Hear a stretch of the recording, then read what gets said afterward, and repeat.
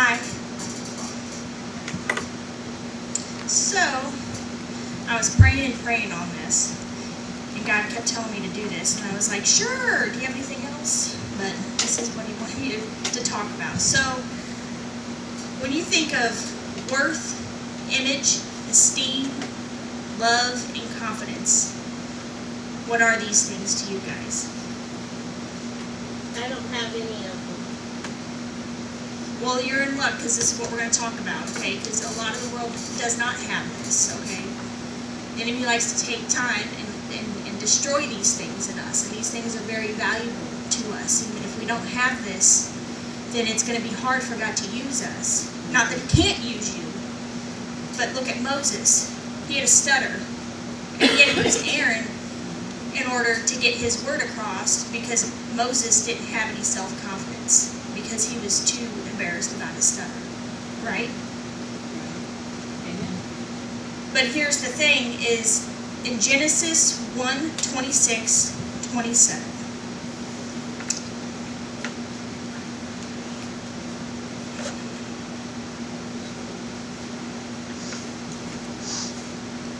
Anybody want to read this?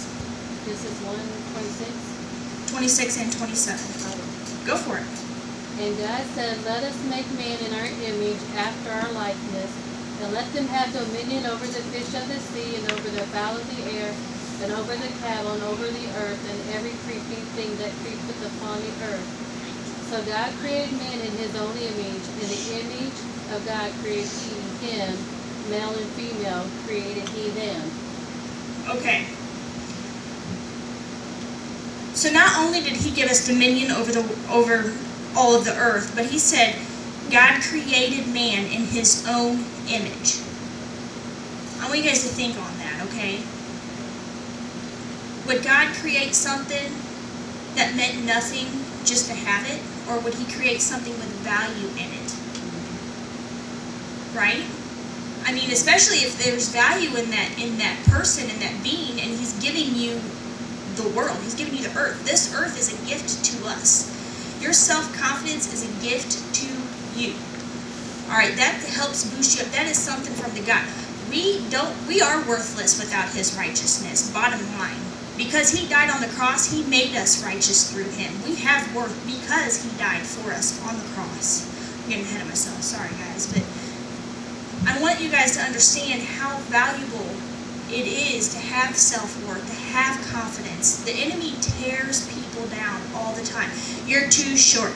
Or one I always heard, look at your hair, you got freckles, or you don't tan. I've heard it all. And it doesn't change the fact this is how God created me, and I'm not going to change. Sorry, if you don't like it, you can turn around. I mean, I don't know what to tell you, but this is how I was made. He made me on purpose for a purpose, and this is how I look. And I've had to deal with that because people tore me down when I was a lot younger, and I did not deal with it correctly. And so this is something God has been working on me with, is your self-confidence. Okay, he made me in his image. He made me on purpose for a purpose. I was not a mistake. You're not a mistake. And whatever the enemy is telling you, whether you can't read or you don't know math, or you're too tall or you're too big or you're too skinny, that's all junk. Throw it away. I don't care what you've done in the past. Throw it away, because as soon as you accept Jesus as Lord of your life, all of that stuff is gone. Okay? You're a new creation. Alright? And I'm going to, because I'm getting ahead of myself now, but there was something I wanted to...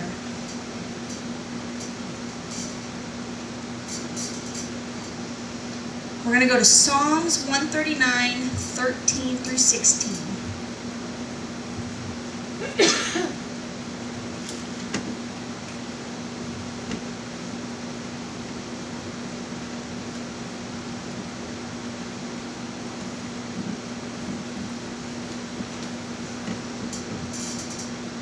Anybody want to read this one? Deb. For thou hast possessed my reins, thou hast covered me in my mother's womb. I will praise thee, for I am fearfully and wonderfully made. Marvelous are thy works. and that thy soul knoweth right well. My substance was not hid from thee when I was made in secret, and curiously wrought in the lowest parts of the earth. Thy eyes did see my substance yet being unperfect, and in thy book all my members were written, which is continuance were fashioned, when as yet there was none of them. Okay, so I'm going to go back to the word possessed. And it says created by, possessed, to get, acquire, obtain. Okay, when God was, I'm trying to figure out how to say this. When God created us, He has us in His hand. He's possessed, like He has us in His possession, I guess is the best way to put that, okay? We're in His hand. He had us so planned out that He figured us out in our mom's womb before our parents were even established, before our parents were even thought of. He thought of all of us individually on the cross. And that, I can't stress to you how beautiful that is. I mean, does anybody really ever stop to think about that? Like, He was on the cross and He thought of you, Heather. Like, He knew you were going to be here. He knew exactly what you were going to look like. He knew how your personality was going to be. He just knew you inside and out, and he was ready to die on the cross just for you. I mean, have you ever really thought about that? Or the fact that, you were in your mom's womb, Rachel, like before your aunts, uncles, parents, grandparents knew what you were going to look like. He already thought enough of you to die for you, to know exactly who your parents were going to be, your genealogy was going to be, where you were going to grow up. I mean, does that seem worthless to anybody? The God that created all things, the God that made and possesses everything here and has created everything here, thought enough to not only create us, but give us dominion over everything. And that's what I want you guys to understand. I want you to get that. I want you to grasp that. Okay? I want you to understand how valuable you really are. Do not let the enemy tear you down. Okay? And then Ephesians 1, 3 through 4.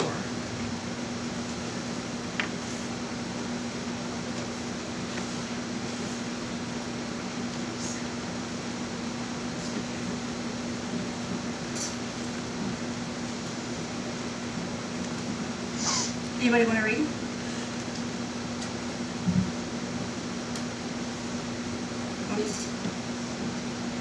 For this cause I, Paul, prisoner of Jesus Christ, Gentiles, if ye have heard of the dispensation of the grace of God which is given me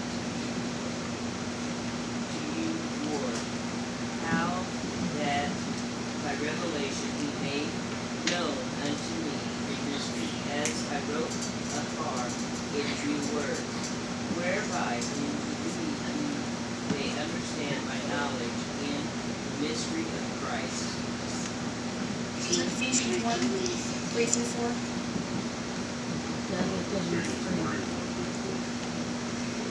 I was like, man, I think I messed up. That is, you want me to read it? If you want, if not, I can go. No, you're fine. I thought it was me. What was it? 3 through 4. Ephesians 1, 3 through 4. Blessed be God and Father of our Lord Jesus Christ, who has blessed us with all spiritual blessings in heavenly places in Christ, according as He has chosen us in Him before the foundation of the world, that we should be holy and without blame before Him in love. Right, when God brought this to my attention, the main thing that stuck out to me personally was when it says, in Him before the foundation of the world, that we should be holy and without blame. So before, like I said earlier, before everything was created, He already knew about each and every single one of you. All right, you all automatically had value. You automatically had his love because he knew about you. He knew who your family was going to be. He knew who your friends were going to be. He knew what job he was going to give you because he gives you these things. He knew what house he wanted to give you. He knew the mess ups we could choose because we have our own path and we have our choices, whether they be for us or against us. But with those choices come, we have the right path or the wrong path. But he loves us enough to, he knew that we had a choice. But he still loved us enough to give us his son, to die. He gave enough worth to us to die on the cross, to give us the choice, not even saying, okay, I died, so now you have to be saved. He died on the cross saying, now I died, so you have a choice to choose me. I mean, that's pretty big, you know what I mean? Like, I had to step back and think, man, like, I really am loved. I mean, I had a hard time feeling that for a long time. I mean, I really was beat down a long time, for a long time. And I did not do it correctly. I didn't deal with it correctly. And now God's going back and he's been ministering to me over the years. And he's just, this is what he wanted me to talk about because I think I've walked out so much and I understood so little about what self-worth was until he opened my eyes, that so many people don't realize the value of themselves. So many people go to drugs. So many people, like myself, I went to booze. I mean, like I told Becky earlier, I was down, well, I don't know if I should say it, but I was, 4 Bacardi bottles, like I was down in 4 of those a night. Like it was bad. Like I was not, if God wouldn't have got a hold of me, my kids would not have me. That's where I'm at. That's where I was. They wouldn't even be here one night. And God, he gave me Bryce, and then he opened up my heart so I could start receiving it. He took what I was doing in sin and gave me the knowledge I needed to understand who I truly was, and what the enemy was telling me was a lie. And you need to understand that whatever the enemy is telling you, it is not. It's not even, he's doing it because he knows who you are through God, and he knows what you can do through God. And he knows what God wants to use you for, and the mighty things. And you're not a waste of time, you're not a waste of space, you're not, whatever anybody else says, hurt people. You don't know what they're walking through. I'm not justifying what they're saying to you, but I am saying, I understand what it means to be hurt. And you can either act like the rest of the world and start pointing fingers and pointing blame, or you can stop and say, hey friend, what's going on? What's going on? You want prayer? Do you want a hug? I mean, I did that to somebody earlier today. They were having a bad day. I was like, hey, you want a hug? They thought I was joking. I really wasn't. I would have given a hug. But, so, in Ephesians 1:13 through 14.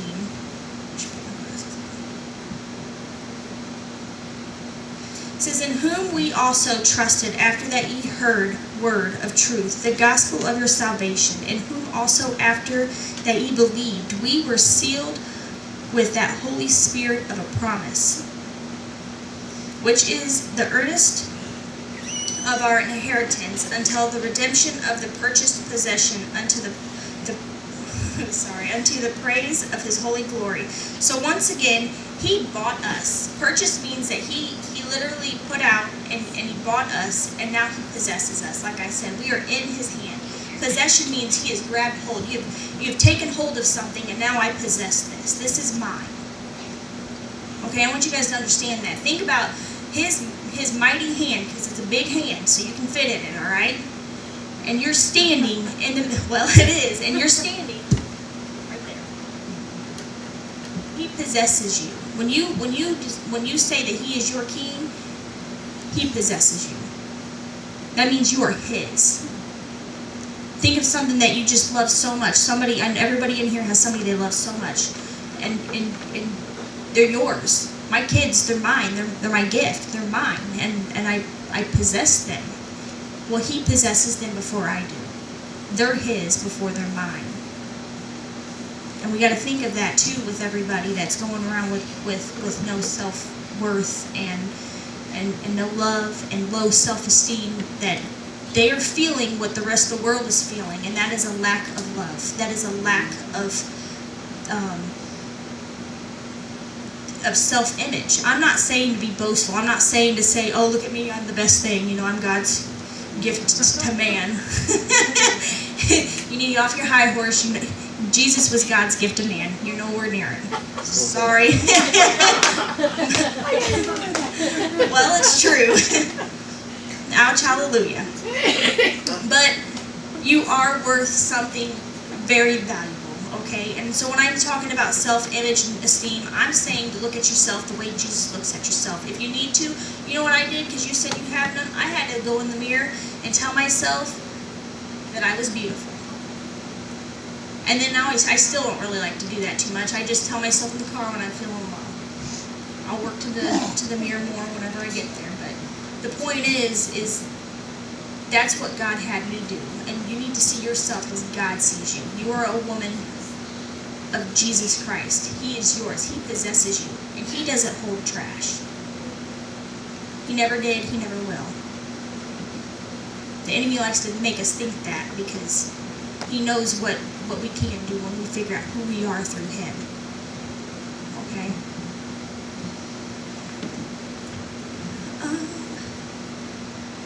In 2 Corinthians 5:21,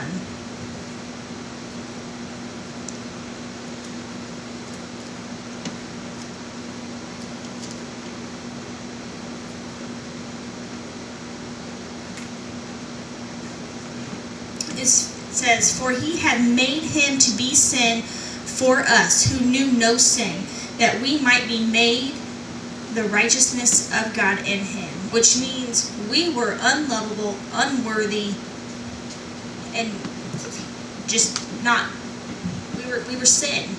And He decided to take all of our dirtiness and put it upon Himself and go on the cross.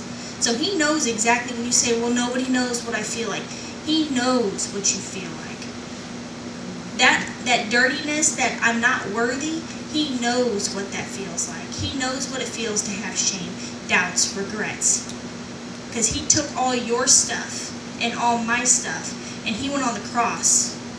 So we did not have to have that. So we don't have to be unworthy or unlovable. We can show people who God is through us.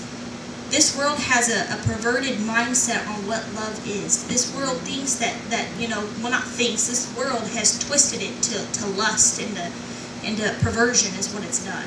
And it has all these people getting into all these situations that they didn't need to get into to begin with, and they come out more broken and more hurt with all kinds of things going on, soul ties and all kinds of things, and it just trickles down because they're waiting for somebody to be able to pick them up, because the only one that can is Jesus. So we as Christians need to be able to show people that what they're doing is the same repetitive story, and it's not going to get any better. That the only way that they're going to find themselves is through Jesus.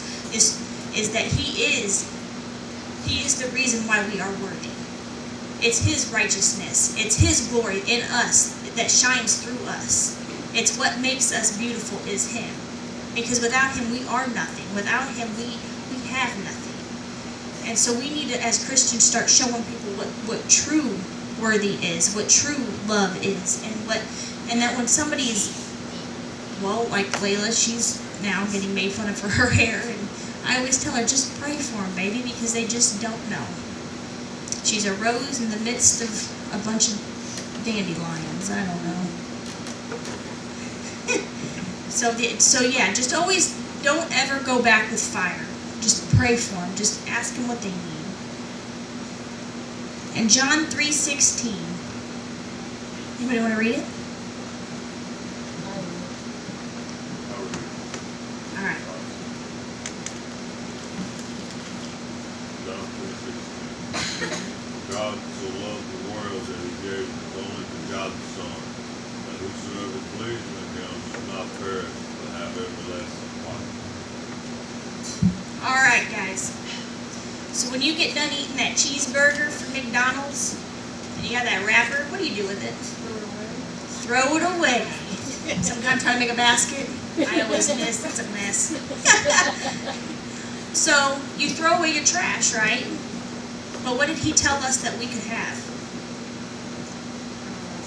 Everlasting life. What does that mean? It never dies. We don't get thrown away. I mean, if something was unworthy and trash, would you want to keep trash around you? I mean, I don't know about you, but I throw it away because I like to sleep without any trash in my bed or anything, right? After the kids eat Pop-Tarts in your bed or something. Got crumbs everywhere. I don't like that. Do you guys?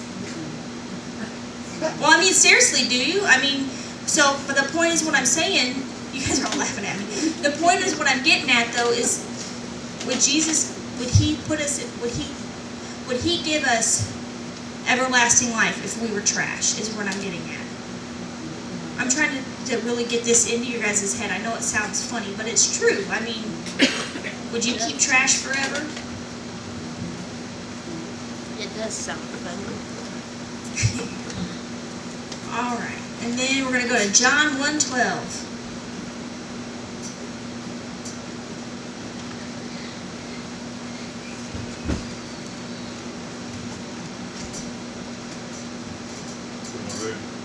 Go for it. But as many as received him, to them he gave the right to become children of God, to those who believe in his name. I just wanted to kind of lay more down into the fact that you have to believe, you have to receive. All right, we all fall short. We all mess up, guys. I mean, I got a past. But God forgave me. I'm no longer that person. I'm no longer those things. I'm no longer, that stuff has nothing on me whatsoever. I am now Sean Gillespie, God's child. Yes. That's true, because one of the things people struggle with is their identity and who they are, and this falls into that. Mm-hmm. And the thing is God made you on purpose. He made you for a purpose and on purpose. And whenever you receive God, He brings the best out of you. He brings the light out of you. And people need to realize that even our imperfections, the things that we don't like about ourselves, He did that on purpose. You might not like it, but He loves it. And one of the biggest things people struggle with is, I don't like this, or I'm not. You know, I used to be guilty of, this is as good as it's going to get. I'm like, great. Just like, okay, I'm done. Yeah. And just start walking out. My son, he'd laugh at me, like, you're silly. And I'm like, well. But God, now He's starting to shut my mouth saying, stop that. Don't say that. You're beautiful. You're going to walk out there, and you're going to walk out there a warrior with heels. Just like He talks to Pastor Brian a certain way, He talks to me a certain way. And so, but my point is, though, is everybody does it. I don't care who you are. We all do it. Well, I wish I had this, I had that. We do it almost daily, and you might not even realize it. Stop that. Stop that. You're not giving credit to God when you do that. And He's been telling me that for a while. Don't do that. Don't say that. Just the way I am beautiful. Just the way I think, it's great. Now, yes, am I still working on certain things? Yes. Am I always going to work on things? Yes. But I don't have to down myself in the process of it. I can uplift myself, just like you have to uplift your friends, your family. You have to uplift yourself, and that is part of it. So don't say, well, I wish my hair was this color, or I wish I had it curly, or I wish I was this, I wish I was that. No, I'm thankful for the way you guys are. I love you all for the way you are. And don't let the enemy tell you anything. And don't let the enemy tell you that you guys are anything less or but. Alright, that's not what that is. Alright, tell yourself, I am beautiful. I am smart. I'm gonna learn this. And I'm gonna do it great. I don't know. Today's gonna be a great day. And I don't care what anybody says. I don't care what it looks like. It can be raining outside. It's gonna be great. Alright?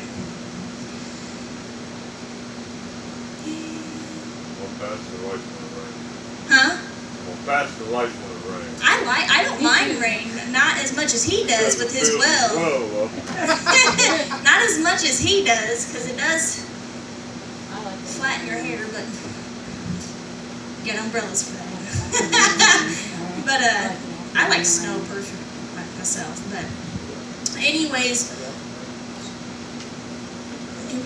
yeah. John 1:12. And then John 1:9.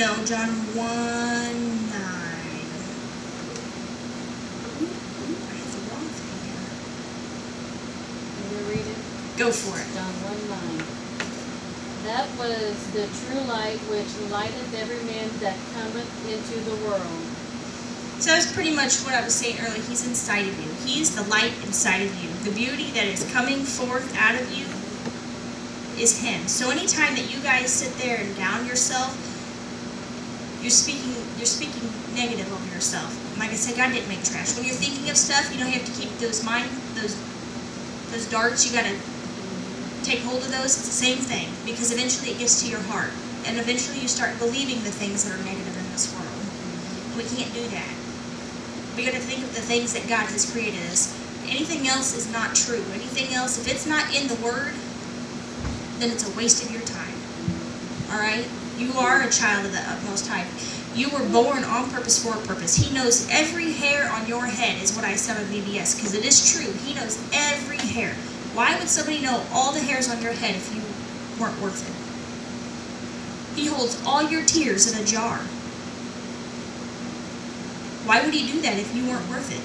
How precious is that? Could you ever imagine just going up to heaven and saying, these are all the tears? I'm like, woo! You could have a river with me, man. Like, good grief, Charlie Brown. But you know what I'm saying? Like, he has all of that. He possesses all of that. Like, when you think of yourself, you just think of your body, but think about that. He possesses your soul. He possesses your tears, your hair. He possesses your personality. He possesses you. Like, every inch of you. More than, like, he's closer than anybody will ever be on this world. And he desires to be that close because you're that special. You're that beautiful. You have that much value on your life. I mean, to me, that's mind-blowing. To me, that's... I mean, I felt loved after going on my day. Waking up singing a song, guys. And then, like I said earlier, this is in closing, is think of Moses. Okay, he dealt with it because he had a stutter. There's nothing wrong with stuttering. But he had a problem with himself. He didn't think he was adequate enough to speak to people because he had something that he allowed the enemy to tell him that was wrong with him. So then he had to, it caused him not to fully obey the Lord, for one, because he had to ask for Aaron. But not only that, when I was reading, and I wish I wrote the scripture down, it says that, God actually, I wish I could find it, was in Exodus. He was actually not happy at all, and it specified that he was angry. Think about that. He was angry because he said, I'm not adequate enough. After God said, I've equipped you, you can do it, I pointed it to you, you're asking for some help because you don't have self-worth. I am your self-worth. Moses made him angry. I can get it. I can tell you probably how many times I made him angry because I'm like, well, he didn't ask for that. Because then all I'm telling God, he did a bad job, and he didn't do a bad job.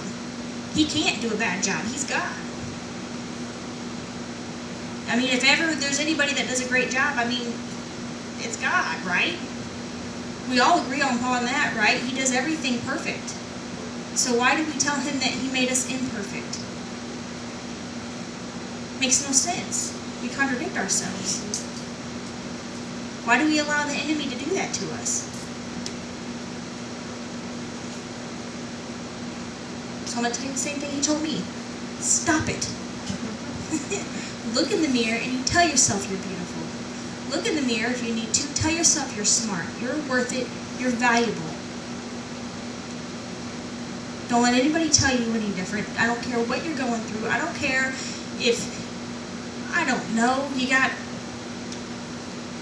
the flu and you've been sick all day. You're beautiful.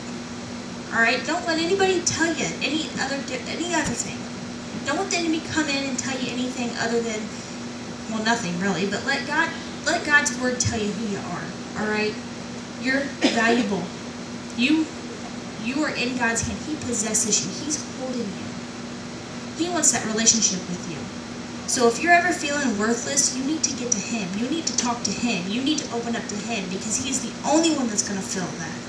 He is the only one that's going to cure that. And He's the only one that's going to show you who you truly are. And He will. He will open it up. He did it for me. And He's still doing it for me. You don't need makeup. You don't need, I don't know what guys do. With new haircuts, beards. I don't know what guys do. Mine's too young. I don't know yet. You don't need the guy things. I don't know what those are. You're handsome the way you are. Okay.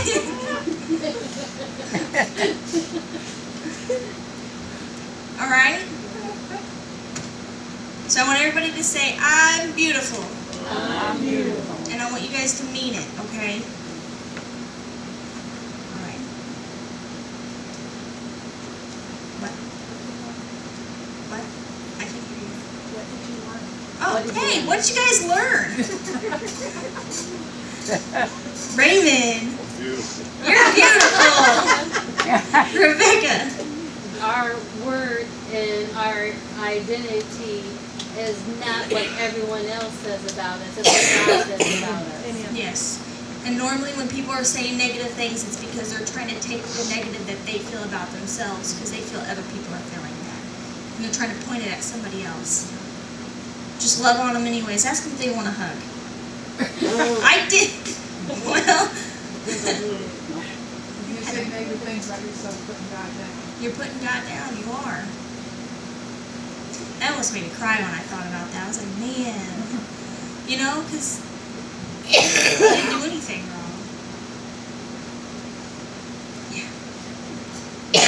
No matter how rejected we've been, God is with us. We look at it as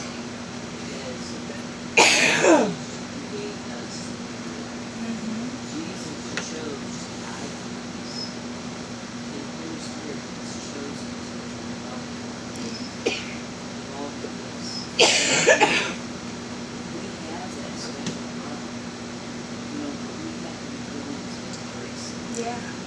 Willing to take it. That's like God trying to give us a gift. He has a gift, but we don't receive the gift. Yeah. Yeah, we have to take the gift. We have to receive. And, yeah.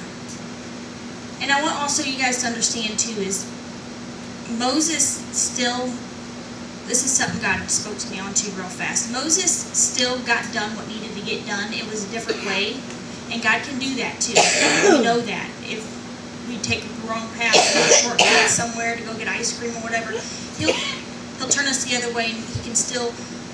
But let's just say, because it does happen, that if you don't work on your self-worth or help somebody else understand their self-worth through God, what if somebody didn't get a hold of me? Think about that. Think about how much I'm drinking at this point in my life, right? And nobody stopped to get a hold of me. What would have happened to me?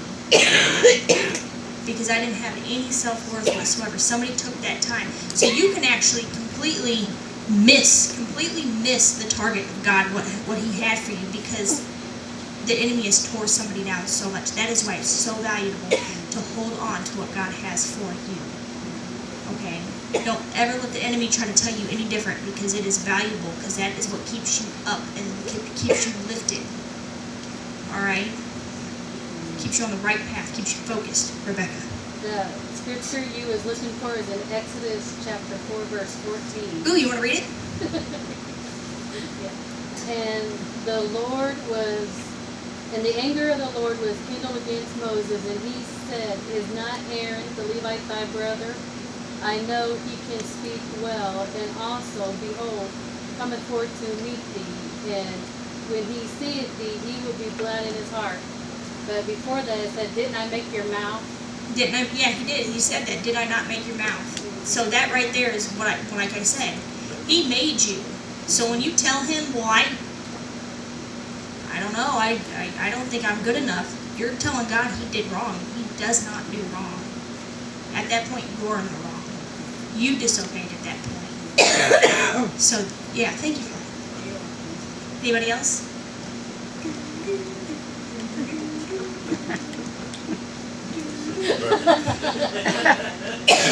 Pastor Brian on your sister Rachel. You got anything, Rach? You sure? Do you feel beautiful? Okay.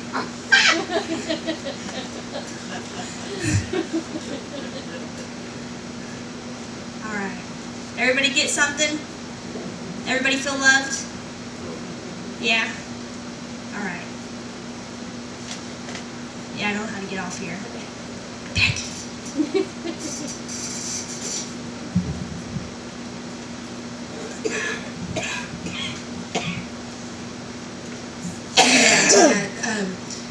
You know, like Shauna said, God made you just the way you are, and He made us He made us for a purpose, made us on purpose for a purpose, and He made us exactly how we are to fulfill His purpose. So, like Shauna said, He didn't mess it up, He didn't do it wrong, but He made us exactly how we are to fulfill our calling and the purpose He has for us. So just keep that in mind. You know, as you draw closer to God, you seek Him out, and you'll understand that a little bit more. And sometimes it's hard to see yourself as God sees you. It is. It's hard. And every single one of us, when we walked in the door, Pastor Brian saw what our destiny was. And and if he would have told me what mine was, I don't think he still told me everything, but if he would have told me what mine was right off the bat, I'd have been like, nope, turn around and walked right back out. But just keep in mind, God knows what He's doing, and He's got great plans for every single one of us, every one of us, huge plans, and we'll do great things if we let Him do it through us. The key is you got to let Him do it, and not question, and not say you did wrong. So there's my input. All right. Well, okay, so remember, next weekend is what? Monday! Woo! What time we leaving? 3:15. All 3 right. o'clock if you gotta go to the bathroom. 3 o'clock if you got to, well, I guess. I don't know. I do have everybody. Oh, I'm sorry. So I don't know if my mom, my grandma's coming up, so I don't know if I'm gonna go with it. They can go too. Yeah, I don't think so. I'll try, but I wouldn't know. I get it. No, that's fine. I get My it. grandma, she's not doing well. She just got a surgery, shoulder surgery. I think they're just planning on coming up to kind of kicking around my apartment a little bit, cooking a home cooked meal or something. So I don't know. I might be able to drag my mama along. Maybe, I don't know. I get it. But it was kind of a spur of the moment thing, and they were planning on something.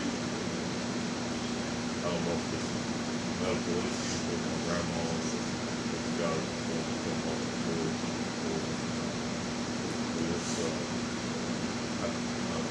I don't know for sure yet, but I'll make good memories. Those are gifts from God too, by the way. Good memories. They are. They are. Yes. Yes. They are. Lost track here. Okay. And then the following Saturday, the 31st, is our Lake Shelbyville. We're going to go swimming and ice cream and picnic and all that. And don't forget the 10-year celebration. I've got the postcards. I've got the handouts. Again, we need addresses. We need names. We need just whatever. And then remember, be thinking about, I forgot to mention this earlier, about just different miracles and healings and just things that have happened in the church. And if you got any pictures or anything like that, definitely let us know. So, okay. Well, be blessed. Have a great end of the week, and we'll see you tomorrow night for Overcomers at 7 o'clock, and then we'll see you all on Sunday. Okay. Have a good night.